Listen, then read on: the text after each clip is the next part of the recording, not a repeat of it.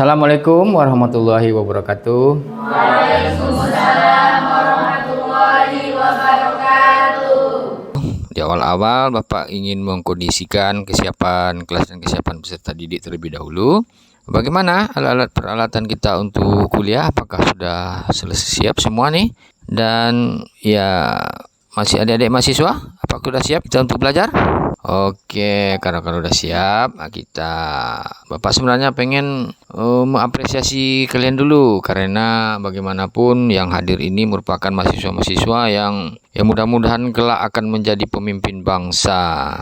Dan kemudian Bapak juga ingin membangkitkan rasa ingin tahu mahasiswa dulu. Sebenarnya untuk materi kita yang kedua ini tentang internet dan yang lain-lain itu, apakah kalian sudah tahu? Ya, kalau belum nanti next. Kemudian Bapak juga ingin menyampaikan tentang capaian pembelajaran lulusan untuk materi kedua ini, karena yang CPL-nya itu mampu menguasai prinsip-prinsip komunikasi, dan CPMK-nya itu CPMK 1, mahasiswa mampu menjelaskan berbagai aspek jurnalistik online sebagai bagian dari fenomena muktahir, computer mediate dan communication atau CMC. Untuk bahan kajian yang relevan dengan materi kita, diantaranya itu ada buku kayak jurnalisme siber, Riau Kreatif Multimedia, juga ada bahan jurnalistik aplikasi dalam penulisan karya jurnalistik, dan juga ada karangan Romli, jurnalistik online, panduan mengelola media online, dan pengantar jurnalisme multiplatform. Kemudian juga ada analisis framing dan lain-lain, itu buku atau kajian tentang media siber juga di tabloid di detik.com dan tabloidjubi.com, itu merupakan kajian dari Bapak sendiri. Kemudian ada juga buku jurnalisme kontemporer dan yang lain-lainnya, pedoman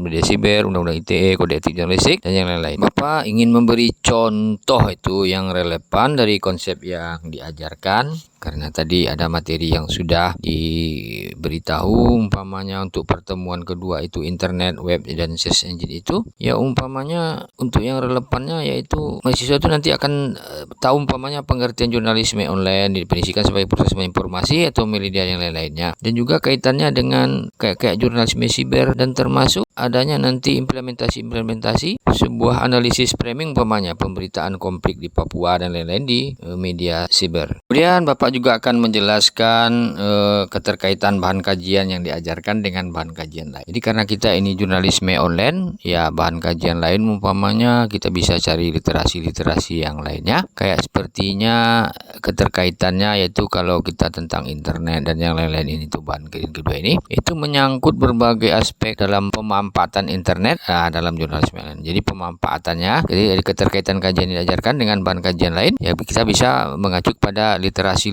lain yang berkaitan dengan masalah internet, web, dan search engine tersebut, seperti kajian-kajian yang bisa dan yang relevan lainnya. Lalu untuk bahan kajian yang diajarkan ini ya sesuai konteks kehidupan dan isu-isu mutakhir sekarang, diantaranya yaitu ada umpamanya nanti tentang jurnalisme siber itu jadi kreatif multimedia, dan kemudian juga untuk multi platform atau yang lain-lainnya, dan ya terutama terkait dengan internet ini.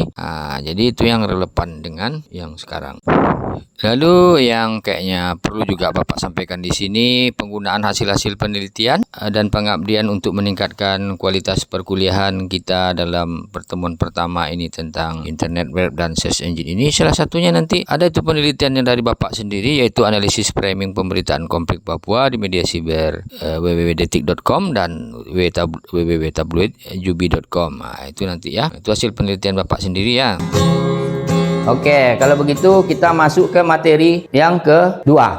Itu pertemuan kita yang kedua tentang internet, web, dan search engine, mesin pencari. Oke, ya, pengertiannya internet. Kalau memang itu kecil, macam mana cara mau bacanya ya? Jadi kalau umpamanya ada dosen, bagaimana cara bacanya ya? Berarti kadang dosen itu minta bacakan tuh. Coba, ini siapa namanya tadi? Tutris, nggak bisa baca Tutris? Kabur ya? Oke, nanti bahan Bapak kasih aja lah ya. Oke. Kemudian untuk jurnalistik online itu dapat didefinisikan sebagai proses penyampaian informasi melalui media internet, utamanya web. Itu maksudnya. Di materi kedua ini berdasarkan RPS kita, kan kita belajarnya log R dulu. Ini kita belajar literasinya dulu. Ya Bapak kasihkan teori atau pengertiannya dulu, baru nanti kita akan memulai hal-hal yang lain. Oke, apa tertulis jurnalistik online itu dapat definisikan sebagai apa? Proses penyampaian informasi melalui media internet, utamanya website. Nah, medianya internet. Oke, internet. Nanti mahasiswa mampu menerapkan dalam konteks keislaman dan moderasi beragama. Nah, mungkin kalian baru dengar. Udah pernah dengar enggak belum? Belum. Udah pernah dengar juga? Apa yang kalian pahami tentang konteks keislaman? Umpamanya kalian membuat berita nanti harus kita terapkan dalam konteks keislaman. Paham? Wah, nama prodi kalian itu adalah komunikasi dan penyiaran Islam. Kemudian moderasi beragama. Moderasi beragama ini maksudnya seperti ini. Nanti kalian membuat berita, ini contohnya ya. Kalau umpamanya nanti ada berita bakar tongkang atau ada agama Konghucu atau Buddha membuat acara, karena kita mahasiswa Arido, saya nggak mau meliput lah, itu kan agama orang, tidak boleh. Kalau kita pun peliput sebuah media, biarpun kita anak Arido, kita harus meliput. Paham maksudnya? Bakar tongkang kita meliput juga. Jangan kita antipati dengan kegiatan agama orang lain. Itu namanya kita tidak menerapkan moderasi beragama. Jadi kalau dalam moderasi beragama itu meskipun kita pakai jilbab, kita meliput, nggak apa-apa, kita liput bakar tongkang itu. Paham maksudnya? Jadi diharapkan nanti mahasiswa seperti itu. Jadi tidak ada antipati terhadap agama lain dan kita akui eksistensi mereka, agama lain bagi Hindu, Buddha, Kristen, Protestan, Katolik. Kemudian kita memberikan hak hidup mereka. Hak hidup itu seperti apa? Ya umpamanya nanti kalau dalam pemberitaan mereka mencari nafkah, boleh nelayan, semua agama boleh ke laut, tidak ada larang-larangan. Nanti umpamanya janganlah itu yang hilang itu agamanya, umpamanya ada nelayan yang hilang di laut Sinaboy umpamanya, janganlah liput, itu yang hilang itu bukan orang Islam, tak boleh. Apapun agama orang yang Islam itu kita tetap publikasikan, kita tetap berupaya tim pencari itu mencari mayatnya, itu contohnya ya. Jadi tidak ada istilahnya perbedaan agama. Dan juga kita memberi ruang kepada semua pemberitaan tentang ibadah mereka. Umpamanya ada agama Hindu atau Buddha, apa itu kalau sembahyang sayur itu agama Hindu apa Buddha tuh ya? Buddha lah ya, atau Konghucu tuh? Konghucu ya. Sembahyang sayur ya kita liput juga. Nggak apa-apa kita berjilbab ke sana. Itu maksudnya moderasi beragama ya. Yang ketiga, jangan kita ikut-ikutan sebagai pembuat berita nanti memperkeruh suasana.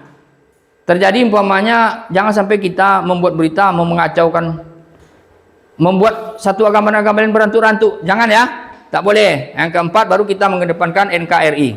Paham? Jadi mahasiswa Arido harus menerapkan moderasi beragama.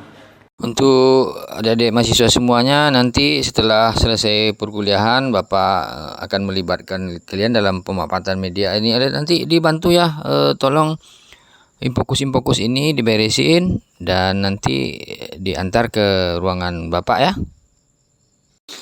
Sekarang tibalah saatnya kita untuk merefleksikan dan termasuk juga akan membuat simpulan.